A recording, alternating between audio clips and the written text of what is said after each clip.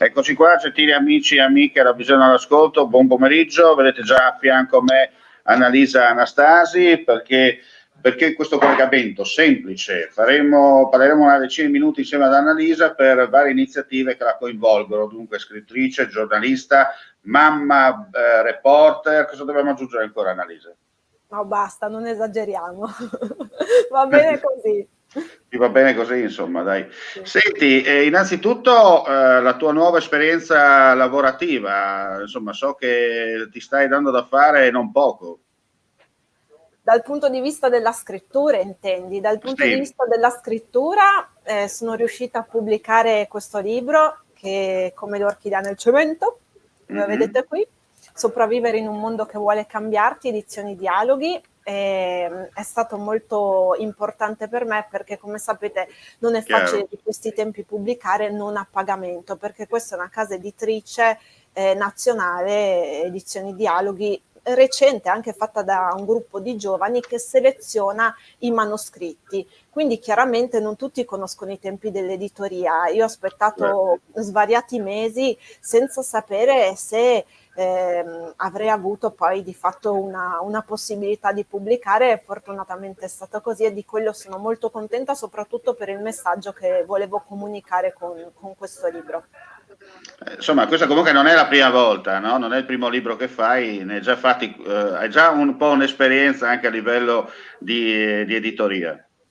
Diciamo no, che questo è il primo libro, ma avevo fatto dei concorsi di poesie, però diciamo che è tutt'altra cosa, chiaramente. Le Certo. poesie ormai in rete viaggiano libere, le puoi caricare liberamente, invece le pubblicazioni sono molto più difficili, c'è chi addirittura si autofinanzia per pubblicarsi. Io diciamo che volevo mettermi alla prova, volevo vedere se poi, sapendo che era un contenuto abbastanza complesso, non un romanzo così, diciamo, non un giallo che è più fruibile, volevo vedere se potesse avere un futuro, se potesse trovare una casa, e ho studiato i profili di varie case editrici, varie agenti letterari nazionali, proprio per dare un respiro più ampio a questo mio percorso. E diciamo che questa casa editrice mi era piaciuta, era l'unica che avevo selezionato, oltre a 2 agenti letterari, perché proprio parlava dell'uomo, emozioni dell'uomo, psiche, questa dinamica, no? Che adesso nell'editoria mordi e fuggi non viene tanto trattato, no? L'aspetto psicologico, forse un pochino di più ora correlato al Covid, ma diciamo che non c'è solo il Covid e cerchiamo di parlare anche di altro. Certo. Senti, dal punto di vista anche professionale, no, giornalistico, questo momento un po' particolare che stiamo vivendo da marzo ad oggi, dove un po' i rapporti umani, tra parentesi, sono completamente cambiati, ecco, come lo vedi tu in duplex, in un certo senso, sia a livello professionale e sia a livello personale?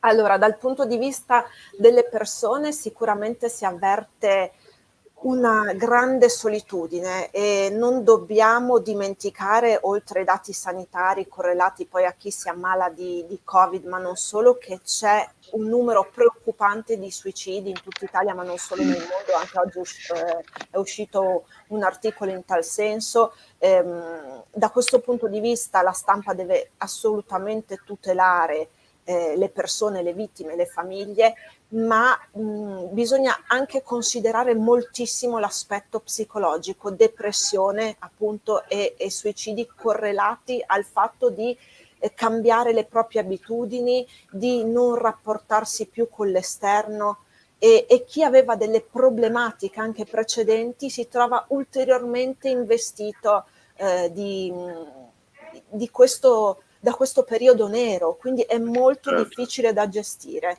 anche di fatto per chi non li aveva. Tutti abbiamo un po' dei momenti di alti e bassi e di incertezze.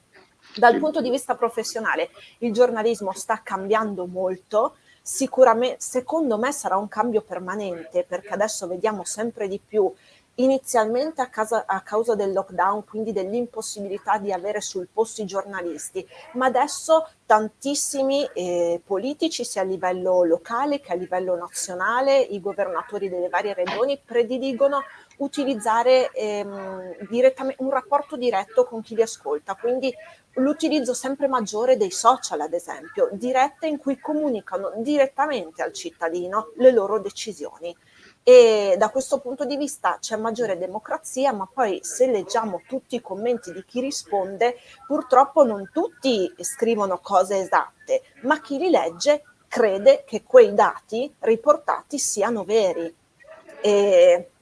E insomma non è neanche tutta colpa delle persone, perché abbiamo virologi e infettivologi che si smentiscono a vicenda, che sono i veri protagonisti, i veri VIP del momento, si smentiscono a vicenda ogni 5 minuti, causando anche ansia alle persone. Nessuno ha la certezza assoluta sul Covid in questo momento. Tutte le informazioni che ci arrivano sono talmente tante che ci sommergono ed è difficile selezionarle.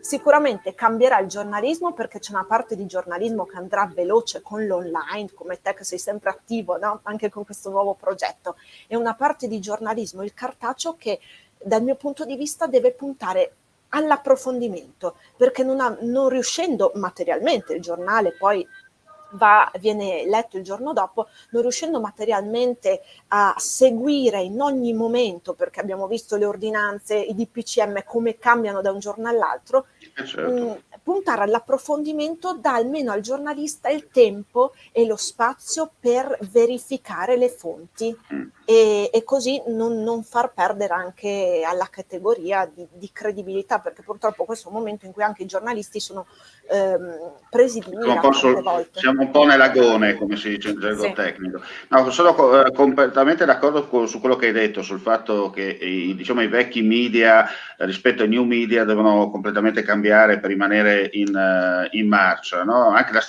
stessa televisione in un certo senso, ormai è più da approfondimento che da notizia, perché ormai i social arrivano dappertutto in tempo reale, quello che non si riusciva a fare prima si fa adesso, giustamente.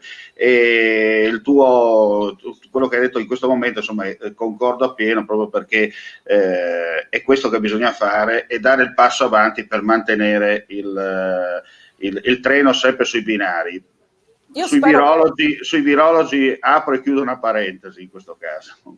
Io spero, Omar, che visto che ci sono tanti colleghi anche molto validi sul territorio, questo da parte delle testate nazionali e anche delle TV nazionali, aver scoperto che c'è la possibilità, noi eravamo un po' indietro anche sullo smart work in Italia da questo punto di vista, abbiamo scoperto che si possono fare le riunioni online, abbiamo scoperto che possiamo fare dei collegamenti, cosa che tu facevi già da tempo peraltro, no? Anche con ospiti da remoto. Spero che le TV nazionali colgano questa opportunità per dare più spazio alla cosiddetta periferia. Noi veniamo considerati in qualche modo periferia, chiaro che se una cosa accade a Roma o a Napoli viene maggiormente seguita, non solo per la cronaca nera, auspico, ma proprio per tener conto di cosa accade sul territorio. Quindi la possibilità di collegarsi veramente con una persona che non mandi da fuori, ma che è lì, che conosce il territorio, perché noi siamo abituati, noi siamo cresciuti così, ci mandavano, andate con la telecamera, facevamo tutto noi.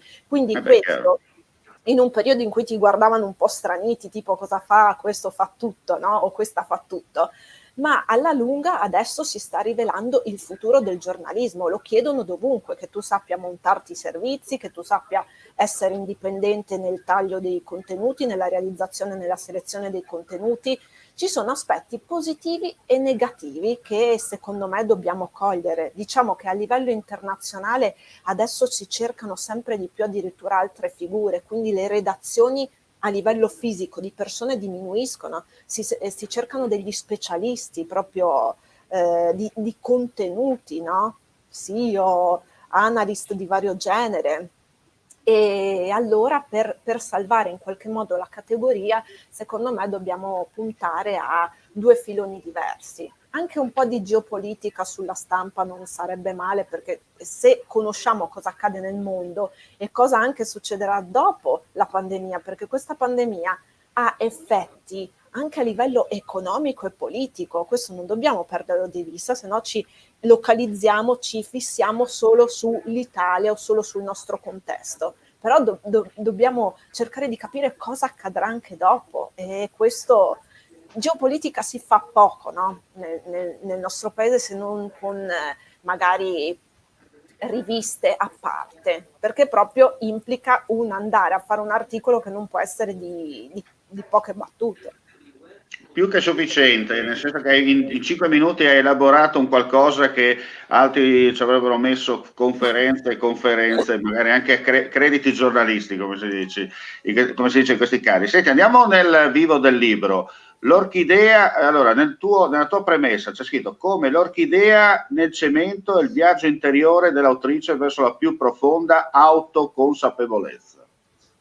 Allora, questo libro è nato, all'inizio non è nato per essere pubblicato, io ricevevo in posta privata dei riscontri dei miei pensieri, perché io sono abbastanza senza filtri nel bene e nel male, da persone anche sconosciute che mi raccontavano cose molto private della loro vita, impegnative, tant'è che io a volte non sapevo neanche come gestirle. E questo ancora una volta a sottolineare quanto emerga in realtà la solitudine. Se ti senti più in linea, in sintonia a livello emotivo con una sconosciuta rispetto al tuo contesto, significa che di fatto anche prima del coronavirus, perché mi hanno scritto, il libro è uscito di fatto in primavera, però è stato rallentato dal coronavirus, quindi era stato scritto ovviamente prima, nei 2 anni prima, significa che il problema della solitudine era tangibile anche prima. Adesso ce ne accorgiamo di più perché siamo limitati magari nei movimenti.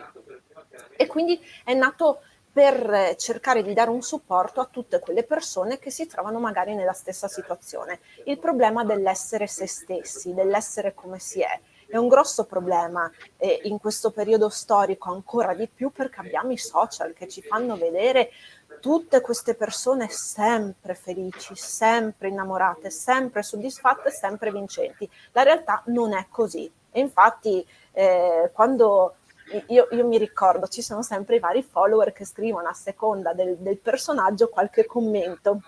E c'era ai tempi, la scorsa estate, tipo vorrei essere guardata come De Martino guarda Belen, poi insomma è andata come è andata, quindi voglio dire, noi vediamo un mondo che ci viene proposto, ma chi utilizza i social sa anche come proportelo se si occupa di quello.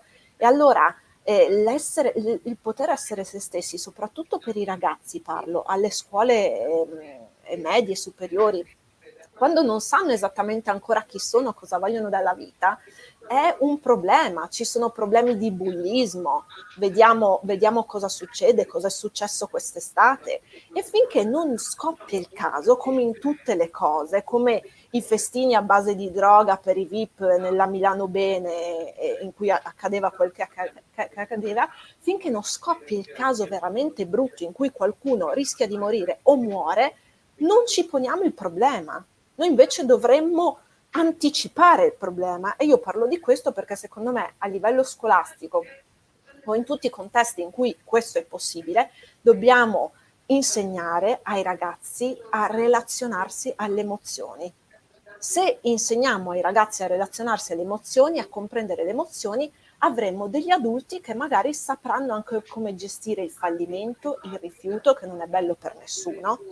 E sono tutti argomenti correlati, no? Anche relativamente al giorno per la sensibilizzazione sulla violenza sulle donne.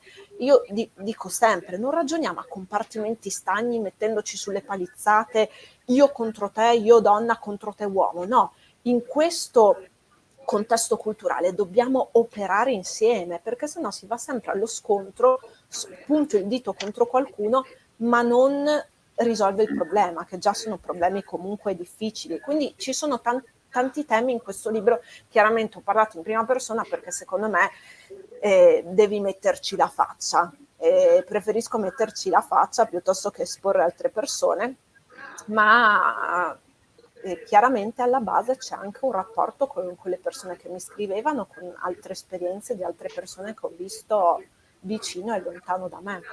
Insomma, possiamo dire che Annalisa Anastasi è rimasta sempre quella ragazza che conosciamo, non solo acqua e sapone, usando il gergo tecnico, ma anche una persona che rimane se stessa, seppur in quel momento si trova come Annalisa Anastasi o come giornalista. Questa è la cosa importante da sottolineare, no? Sì, non è facile, io sono la prima persona a dire che hai dei momenti in cui dici ma sì, perché ti logori il fegato a cercare di mantenere una linea coerente con quello che sei. Ma come per il mio blog, Una mamma per reporter, io ho aspettato tanto tempo, nonostante avessi la passione per la scrittura, di fare un blog che è completamente senza sponsor, quindi posso dire quello che voglio, non sono vincolata a nessuno, ma volevo trovare il vestito o la scarpa che mi calzasse meglio, perché adesso tendiamo a scimmiottare gli altri, no? E secondo me ci possono essere tanti blog simili al tuo, Omar, ma l'impronta di Omar ce l'ha Omar. Quindi non è il tema che fa la differenza, è la persona che fa la differenza, perché se un tema ti rispecchia, secondo me il pubblico lo avverte. Se lo hai fatto per captatio benevolenzi o comunque per attirare riscontri con, non so, un po' di pietismo, un po' a caccia di like, alla lunga anche quello si avverte. Quindi secondo me un consiglio che posso dare, perché adesso tutti vogliono fare blog, profili eccetera, è non scimmiottate quelli degli altri, fate una cosa che sentite veramente vostra. E io non posso mettermi a parlare di cucina, certo nel lockdown ho cucinato un botto perché avevo mio figlio a casa per mesi da scuola e quindi dopo lavoro mi mettevo con lui a fare delle cose, ma non mi metterei ad avviare un blog di cucina come non mi metterei ad avviare un blog di moda come Chiara Ferragni. Insomma, ognuno di noi deve essere consapevole dei suoi limiti e dei suoi punti di forza, secondo me. Senti Annalisa, per concludere, perché la nostra trasmissione dura circa una ventina di minuti, il tuo ultimo progetto, il libro, dove lo possiamo eventualmente trovare? Nel senso, si trova nelle migliori librerie, bisogna ordinarlo online, direttamente a te, come bisogna fare? Puoi ordinarlo online, anche sul sito di Edizioni Dialoghi, puoi ordinarlo in libreria. Particolarmente sensibili sono le librerie indipendenti. Adesso tante persone vanno a Udine, ma perché chiaramente io sono di Udine, però nelle librerie indipendenti c'è quell'attenzione tante volte per l'autore locale, perché l'autore locale, l'autore emergente, ha le sue difficoltà a farsi conoscere in un mondo in cui ci sono tantissimi libri di case editrici importanti che a priori, proprio perché hanno il nome della casa editrice, vengono subito messi in vetrina. Quindi secondo me bisogna anche un po' sostenere l'editoria, gli autori locali e gli autori emergenti, anche a livello di iniziative, no? Perché noi abbiamo questo fascino esterofilo comunque del nome, quello importante, ma loro non hanno problemi di promozione, perché gli autori già famosi sono già ampiamente prodotti e sponsorizzati. Quindi cerchiamo magari veramente di sostenere chi lo fa più che altro per passione, perché non è che a certi livelli puoi guadagnarci o cioè, devi sentire veramente che hai anche un messaggio da dire e ci tieni a dirlo, a trasmetterlo agli altri. Bene, Annalisa, io ti ringrazio per la partecipazione, è stato un bel appuntamento, una ventina di minuti, una bella chiacchierata insieme anche per conoscere un po' quello che è Annalisa Anastasi, non solo davanti alle telecamere ma anche dentro, no? Perché nelle tue parole si evince tutta la tua voglia, la grinta e quella che ho avuto la fortuna insomma, di conoscere da tanti anni anche a livello professionale e personale. E cosa dirti? In bocca al lupo e ci sentiamo alla prossima a questo punto.